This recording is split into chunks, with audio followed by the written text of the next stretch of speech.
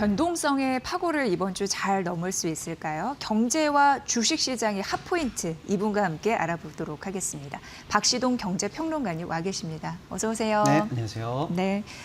평론가님, 그 엔비디아의 변동성 이런 부분 네. 이번 주 굉장히 중요할 것 같은데 느낌적인 느낌으로 이제는 AI라고 해서 다 같이 가는 건 아닌 것 같아요. 네. 거기서 또 이제 많이 갈릴 것 같은데 어떻게 보셨습니까? 맞습니다. 이제 네. 엔비디아가 사실은 뭐 시총 전 세계 1위고 AI 시대를 이끌어가는 대장주다 보니까 AI 관련한 거품론의 리트머스 아니냐. 그래서 이제 엔비디아가 실적이 괜찮고 뭐 시장에 대한 확실한 전망을 얘기하면 예. 거품론에 관해서도 어느 정도는 불식이 가능하다 이렇게 생각을 하는 부분도 있었습니다. 네. 그런데 지난주 주 중에 이제 엔비디아가 실적 발표를 했는데 뭐 시장의 기대치보다 훨씬 뛰어넘는 매출 또 영업이익, 뭐 주당 순이익, 그다음에 뭐 다음 분기 맞아요. 가이던스까지 네. 당일날 있었던 어떤 실적 발표 내용 관해서는 이제 흠잡을 데가 없었다 이런 평가고요. 뭐 추후에 AI 관련한 여러 산업계에서 제기됐던 질문들에 대해서도 엔비디아가 다 논리적으로 각계 격파하면서 뭐 전체적으로 보면 AI에 관한 여러 가지 의혹들, 거품론을 다 불식시켰다는 평가를 그날 받았어요. 그런데 불과 하루 만에 사실은 시장을 엔비디아만 갖고 이 AI 거품론을 불식시키기 어렵다라는 게 시장 내에서의 이 주가 캐리를 보고 확인이 됐거든요. 네.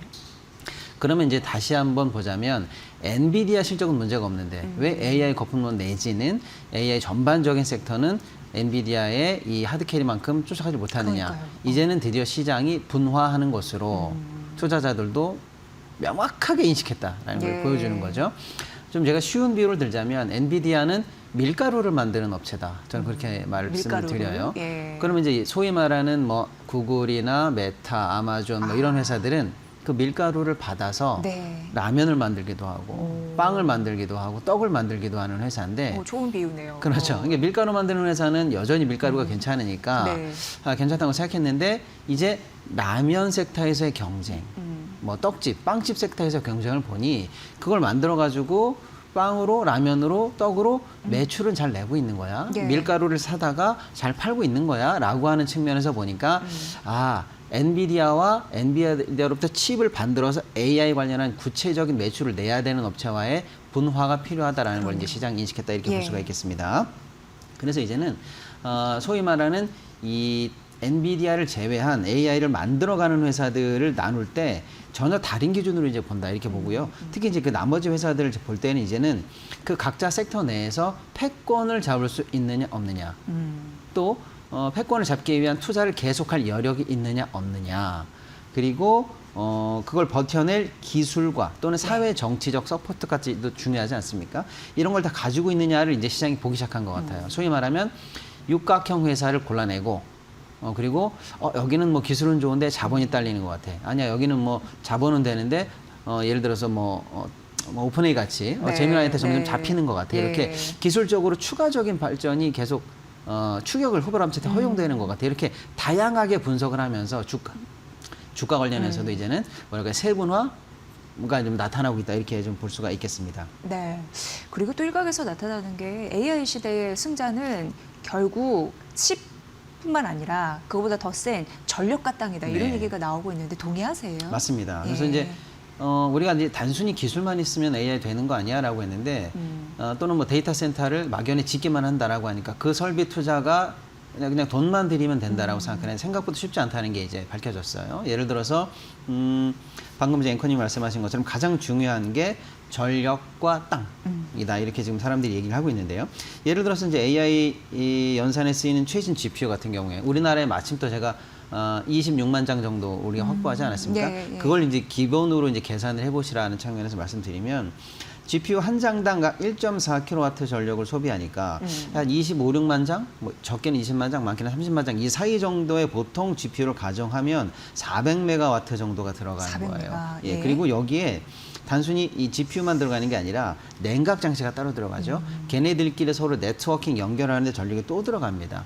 그리고 별도의 저장 장치, 스토리지 네. 관련한 전력이 또 들어가요. 그러다 보니까 이 정도 한 20에서 30만 장 정도의 GPU가 가 들어가는 정도의 데이터 센터를 돌리려면 0.6에서 0.8 기가와트 정도의 전력이 들어가는데 이게 어느 정도냐면 그냥 원자력 발전소 한 기 정도 해당된다고 보는 굉장히 거예요. 센 전력이네요. 어마어마한 거죠. 그러니까 이 정도 전력을 확보해내지 못하면 데이터 센터 자체가 고철 덩어리고 그렇네요. 그림에 있는 거고 예. 굴리지 못한다는 얘기예요. 그러다 보니까 전력의 안정성, 또 전력망의 확충, 또 냉각 인프라 이런 걸 다 갖추어야만 결국 데이터 센터라든지 AI 경쟁력을 확보할 수 있다라는 측면에서 결국 전력이 키 아니냐 이렇게 예. 보는 거죠. 그 다음에 이제 나머지 중요한 것은 그런 어마어마한 발전, 설비, 데이터 센터가 묶여서 사실은 지역적 근접성 안에서 나와야 되는데 부지 네. 땅이 만만치 않아요. 미국 같은 경우에는 그나마 이제 도시 외곽에 땅이 크니까 가능한데요. 나머지 나라들이라든지 또 이제 미국 내에서만 하는 건 아니지 않습니까?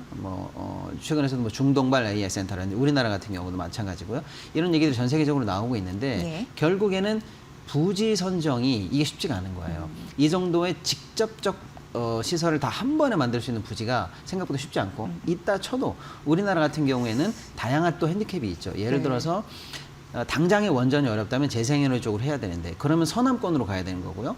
그런데 우리나라는 반도체 같은 경우에는 예를 들어서 용인이라든지 이런 데 클러스터가 있단 말이에요. 그러면 서남권에서 만든 에너지를 소위 말하는 어떤 망으로 해저 케이블망이냐 뭐 송전망이냐 그렇죠. 이런 걸 네. 거쳐서 가져올 거냐라는 고민. 네. 그다음에 그게 들어왔을 때 그 지역 사회 내에서 인력이 충분히 서포팅 될 수 있는 배후 단지가 있느냐. 또 있다 쳐도 그게 이제 예를 들어서 지역 사회 반발 같은 것도 있거든요. 우리나라도 예를 들면은 데이터 센터 관련 최근에는 민원들이 많아요. 그래서 전자파가 많이 나온다. 뭐 이런 네. 오해들도 좀 있고. 그래서 건강, 환경 막 이런 맞습니다. 식으로. 그래서 실제로 전자파가 나오지 않는다는 데이터를 실시간으로 오픈해도 주민분들의 이 오해를 좀 부식시키기가 쉽지가 않은 현실입니다. 예. 그러다 보니까 우리뿐만 아니라 전 세계적으로 결국에는 마지막에 가다 보면 추가 설비 투자가 계속 이어질 때 결국에는 전력과 부지 이걸 얼마나 확보하느냐 그리고 산업의 연계성, 반도체, 클라우드, 통신 이런 것까지 유기적으로 만들어내느냐가 그 각 회사의 AI 경쟁력 또는 국가 AI 경쟁력을 만들어낸다라는 측면에서 이제는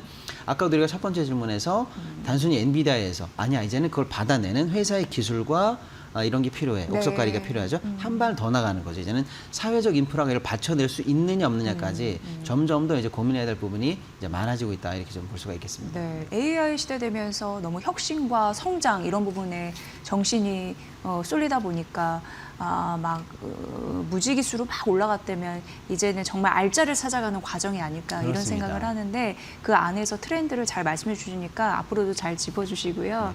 그리고 이제 AI 거품, 버블론 플러스 기준금리 인하가 안 되지 않을까에 대한 우려감 때문에 그동안 변동성이 심했었는데 갑자기 또 12월 기준금리 인하에 대한 기대감이 급상승하는 네. 흐름들이 나타났는데 뭐가 그렇게 촉발된 건지 궁금합니다. 제가 볼 때는 지금 네. 경제계에서 가장 대외 변수에서 제일 중요한 게 미국의 금리고요. 우리 내부적으로는 뭐 환율 뭐 이 정도 네, 볼 수가 네, 있겠습니다. 네, 금리 문제는 지금 사실은 유동성 장세를 계속 이어갈 수 있느냐 없느냐를 결정하는 거거든요. 예. 만약에 여기서 금리 정책이 조금만 삐끗해진다면 소위 말하는 거품 단계에서 버텨내지 못하는 AI 업체들 입장에서는 돈이 마르게 되면서 네. 예기치 못한 쉽게 말하면 이제 붕괴까지도 시나리오를 사람들이 쓰고 있단 말이에요. 그래서 초미의 관심입니다. 예. 그런 상황에서 미국의 금리 인하 가능성이 점점 낮아지고 있어서 사실 우리 시장에서 조금 뭐랄까요 직격탄을 좀 맞았었는데 금요일에는 이제 존 윌리엄스 뉴욕 연방은행 총재가 시장의 기대에 부응하는 멘트를 했습니다. 정확하게는 이제 사실은 이제 금리에 관련해서 목표 범위를 추가 조정할 수 있다. 그리고 노동시장 관련해서는 점진적으로 식어왔다라는 얘기를 하면서 관세가 2차 효과나 다른 어떤 물가 관련해서 파급 효과를 일으킨다는 징후를 보지 못하고 있다 등등등 해서 사실은 금리 결정에서 제일 중요한 바로미터가 두 개거든요. 하나는 이제 인플레죠. 인플레 관련해서는 이분이 뭐라고 그랬냐면은 다른 파급 효과나 2차 효과 괜찮아. 아직 네. 나는 보지 못했어라고 얘기했고 그다음에 노동이거든요. 노동 시장이 식어간다라고 하면은 바로 이제 금리 인하 사이클로 봐야 되는데 노동 관련해서 오히려 노동 시장이 점진적으로 식어왔다라는 인식을 딱 보여주면서 예. 금리 인하에 대한 기대감 확실하게 제가 볼 때 이 정도면 멘트를 했다라고 보는 겁니다. 근데 이번에 지위가 좀 남다릅니다. 현재는 이제 부의장, 연준 부의장 자격이니까 사실상 2인자인데요. 예. 뭐 직위가 꼭 2인자다라는 게 아니라 실질적으로 그동안 보여줬던 멘트, 정책 행보 이런 걸 봤을 때 사실상 파월 연준 의장의 그림자다 또는 같은 팀이다라고 시장은 해석을 하는 거예요. 그러니까 지금 예. 어떻게 보면 파월 의장이 말하지 못하는 부분 내에서 시장의 불안감을 해소시키기 위한 멘트가 나온 거 아니냐. 그래서 어쩌면 사실상 파월 의장이 12월에 투표할 입장을 대리해서 얘기해 준 거 아니냐라고 시장은 적극적으로 해석을 했습니다. 그래서 급등한 거군요. 예, 그래서 전날에 금리 인하 기대감이 줄어들었던 걸 다시 회복하면서 사실은 그 전에는 50대 50까지 낮아졌다가 그 전날에는 6대 4 정도로 금리 인하 기대감이 줄었다가 다시 7대 3으로 예. 늘어나면서 일단은 지난주 시장의 어떤 불안감 정도는 말아 올리는 형세를 취하면서 일단 미국장이 마감을 했다 이렇게 볼 수 있는데요. 아직은 뭐 완벽하게 우리가 확신하기는 좀 이르는 게 바로 이어서 또 반대 의견이 나왔어요. 수잔 콜린스 이제 보스턴 연준 총재는 오히려 지금처럼 완만하게 제한적인 정책이 도움이 된다. 현재 금리 수준을 유지하는 것이 결국에는 관세 영향 등등등을 고려했을 때 나중에 물가 관리에 도움이 된다라고 말하면서 연준 내에서 상반된 입장을 하루 만에 내면서 네. 시장 입장에서 굉장히 혼란스러운 그런 상황을 만들었는데 이제 시장을 관전하는 전문가들은 이제 입장이 두 개죠. 아니야, 뉴욕 연준 총재의 발언이 더 무게감이 커. 또는 아니야, 하루 만에 반발 나온 거 봐봐. 아직 열심히 싸우고 있어. 예. 라고 해서 혼란 그 자체야. 라고 볼 수는 있는데 제가 개인적으로 볼 때는 조심스럽게 네. 인하론이 현재는 조금 더 우세하지 않나 이렇게 봅니다. 발언의 어떤 그 강도, 치고 나왔을 때의 타이밍, 또 미국 정부가 연이어서 여러 가지 이제 금리 인하에 관해서 걱정하지 말라는 멘트를 경제부처가 이제 종합적으로 내는 걸로 봤을 때 현재로서는 12월 달에 어느 정도는 시장 기대를 부응해 놓고 클로징에 들어가지 않을까라는 그래서 시장이 현재 7대 3으로 예상하는 게 오늘 기준으로 조금 더 합리적이지 않나라고 생각이 좀 듭니다. 네. 시장은 이제 원하는 바를 믿고 싶을 텐데 그렇죠. 그러한 믿음이 현실화될 수 있을지 좀 보셔야 될 것 같고요. 또 이번 주는 미국 경기를 진단할 수 있는 또 대표적인 잣대들이 또 공개가 됩니다. 맞습니다. 어떤 걸 포인트로 보면 될까요? 왜냐면 이제 사실은 예. 이제 연준이 금리 결정할 때 가장 중요하게 생각하는 여러 지표들이 있는데 그게 지금 셧다운 이후에 나오질 않아요. 예. 그러니까 지금 일단 뭐랄까요? 큰 지표라기보다는 간접적인 지표들만으로 추려지거든요. 그래서 평소보다는 더 가중치랄까요? 집중도가 더 세진 상황에서 이번 주에 나오는 지표들을 좀 봐야 되는데 일단 25일에 소매 판매 지수가 나오거든요. 그리고 생산자 물가 지수가 나옵니다. 뭐 소매 물가는 아닙니다만 물가의 어떤 바로미터로 일단 볼 수가 있고요. 경기의 시금 정도를 좀 볼 수가 있거든요. 네. 그 다음에 26일에는 11월 이제 소비 심리가 나오고 미국 국내 총생산 3분기가 나와요. 전반적으로 사실은 이 자료들이 향하는 지점들을 해석하는데 복합적으로 활용될 걸로 보이고요. 또 27일에는 미국의 PC가 나오고요. 10월 달께 나오고요. 연준의 베이지북이 이제 공개가 됩니다. 뭐 우리 입장에서도 뭐 27일에는 금통위가 있긴 합니다만은 어쨌거나 이제 미국 관련한 이번 주에 나오는 이런 여러 지표들이 금리 결정의 변곡점으로 향해 가는 주요한 자료가 될 거다 이렇게 보고요. 나름대로 하나의 결로 모아진다면 큰 충격은 없겠으나 예상과 다르게 시장의 예상치를 벗어나면서 혼란을 가중시킬 수 있을지가 이제 관건이기 때문에 투자자 여러분들이나 시청자 여러분께서는 지표 하나하나보다는 그게 하나의 점으로 모아지느냐, 예. 흩어진다면 기대치를 넘어서서 혼란을 가중시키느냐 이런 관점을 가지고 보시는 게 좋을 것 같습니다. 네. 그리고 평론가님 오시면 이 이슈도 좀 건드려보고 싶었는데 지금 중국과 일본의 네. 감정이 날로 악화되고 있습니다. 우리는 그 사이에서 좀 받을 것들이 있지만 어떻게 이걸 좀 이해하면 좋을지 네. 궁금했어요. 이게 사실은 뭐 경제 전문 사이드에서 나오는 평가나 정치 쪽 사이드 평가나 다 현재 일본 나카이치 총리의 발언은 하지 말았어야 될 발언이다라고 해서 비판을 좀 하고 넘었다. 있습니다. 맞습니다. 예. 일단은 중국이 경제적으로나 정치적으로 가장 민감한 부분이 대만 문제거든요. 그렇죠. 소위 말하면 거기는 레드라인입니다. 예. 넘어가는 순간 뭐 양보가 없는 문제라는 걸 우리가 이미 다 알고 있거든요. 심지어는 트럼프 대통령도 언급을 안 하는 문제입니다. 그러게요. 그렇습니다. 그런데 이제 다카이치 총리가 얘기를 했는데 얘기의 내용이 사실은 중국의 심기를 건드리기에 충분하게 도발적이었어요. 네. 뭐냐면 뭐 단순히 뭐 무력에 의한 현상 변경을 반대한다라는 정도만 해도 기분이 나쁠 텐데 그런 게 아니라 그런 게 그러니까 중국 측의 대만의 현상 변경을 우리는 반대한다는 수준이 아니라 오히려 적극적으로 일본 측이 무언가를 할 수 있다는 해석을 냈어요. 예를 예. 들어서 대만에서 어떤 일이 일어난다면 그건 집단적 자위권의 발동 요건이 된다라는 식의 발언이거든요.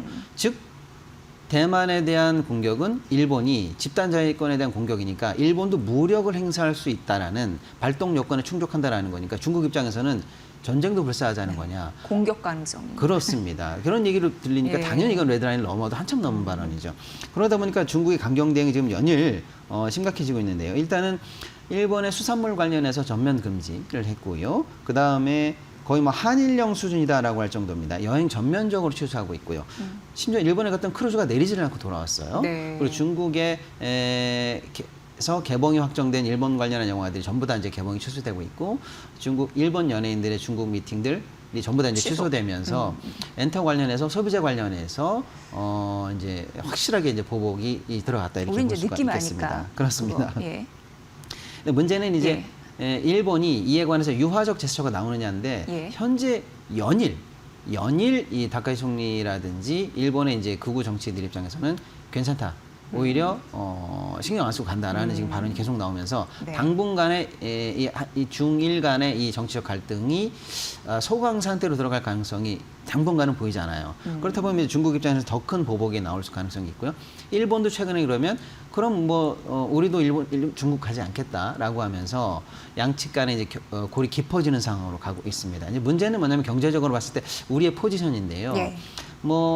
지정학적 불안이 가중된다라는 게 종국적으로 보면 좋지는 않습니다. 자유무역엔 좋지는 않아요. 다만 단기간에 우리 입장에서는 반사적 수혜가 가능하다라고 충분히 예견되는 게 중국의 어마어마한 단체 관광객이 일본 발길을 끊었단 말이에요. 당연히 대체 관광지로 우리가 손꼽히고 네네. 있고요. 일본도 중국 싫어 그럼 한국 가겠소라고 네. 해서 오히려 대체 관광지로 손꼽히고 있습니다. 그런 측면에서 현재 우리 입장에서는 호텔, 여행업, 또 화장품, 면세처럼 네. 최근에 이제 중국 시장 관련해서 조금 이제 녹화하고 있는 업종들이 반색을 하는 분위기고요. 나름대로는 이번 찬스를 이용해서 오히려 끊어졌던 중국 관광객을 다시 한번 유치하면서 이번 거를 모멘텀으로 해서 반사적 이익이 아니라 구조적으로 뭔가 회복되는 모멘텀을 만들어야 된다라는 게 업계 이익이고요. 정부도 아마 충분히 이 부분을 고민하고는 있을 걸로 보입니다. 네. 뭐 지정학적으로 뭐 전쟁 이런 것까지는 비화되긴 않았으면 좋겠습니다만 그래도 성공하려면 좀 운이 좀 따라줘야 된다라는 걸 이 대목에서 좀 느끼지 네. 않나라는 생각이 들고요. 외국인들이 11월 들어서 우리나라 코스피 11조 원 매도했더라고요. 맞습니다. 이 현상 어떻게 보십니까? 네. 지금 11월 매도가 좀 심각해서 4,200선에서 지금까지 계속 밀리는데 사실 외국인들의 매도세가 좀 컸는데요. 네. 엄밀히 보면 이게 왜 충격이냐면 우리 증시를 예를 들어서 이제 주도적으로 끌고 왔던 세력들을 보면 코로나 이후에는 솔직히 말하면 동학개미입니다. 개인들이 맞아요. 끌어왔어요. 예. 근데 사실은 개인은 조금 이런 말씀드리긴 뭐하지만 이제 뭉치진 않거든요. 그리고 프로그램화되어 있지는 않기 때문에 개별적이거든요. 파편화되어 있고요. 네. 그래서 이제 조직력이 좀 약하죠. 그런데 그 이후에 우리 장세가 계속 이제 박스권에 있다가 올해 들어서 끌어온 건 솔직히 말하면 외국인들의 전면적인 매도거든요. 제가 한번 봤더니 1월부터 12월까지는 오히려 매수가 더 많아요. 네. 예, 그리고 특히 이제 9월, 10월 수급은 12조가 플러스입니다. 외국인 입장에서는요. 그러니까 확실하게 외국인들이 한국 장세를 끊어왔어요. 네. 이게 문제입니다. 현재 우리 장세의 가장 큰 매수 주체였던 여기서 매도가 나오기 때문에 시장이 수급을 받지 못하는 충격이 좀 있었거든요. 큰 손. 그렇습니다. 네. 그런데 1월에서 11월까지 외국인들이 볼 때는 전체적으로 마이너스 10조인데 11월에만 마이너스가 그러니까 11월에만 14조예요. 예. 그러니까 연간에서도 사실은 11월을 제외하면 연간 네. 플러스거든요. 네. 12조. 네. 근데 연간 플러스를 마이너스로 돌릴 정도로 11월 매도세가 셌네요. 컸어요. 그러니까 저는 이거를 미국의 금리 불안, AI 불안과 묶어서 볼 수 있겠습니다만은 단기간에 너무 세다. 이것은 아무리 봐도 우리 시장에 대한 연중 차익 실현과 북클로징을 대비한 어떤 포지션 조정의 여파가 더 컸다 이렇게 보고요. 그렇기 때문에 연말만 무사히 잘 넘어간다면 저는 내년 연중에 다시 큰 틀에서 전략이 이제 확정되거든요. 큰 네, 펀드들은. 네. 그에 따라서 재수급이 충분히 일어날 수 있다. 11월 수급은 너무 과도했다. 네. 이렇게 좀 볼 수가 있겠습니다. 네. 그만 좀 팔았으면 좋겠습니다. 그리고 내년에는 수급이 좀 정상화되길 바랍니다. 오늘 경제대의 중요한 이슈를 아주 쉽게 설명해 주셨습니다. 박시동 경제평론가의 분석이었습니다. 고맙습니다. 감사합니다.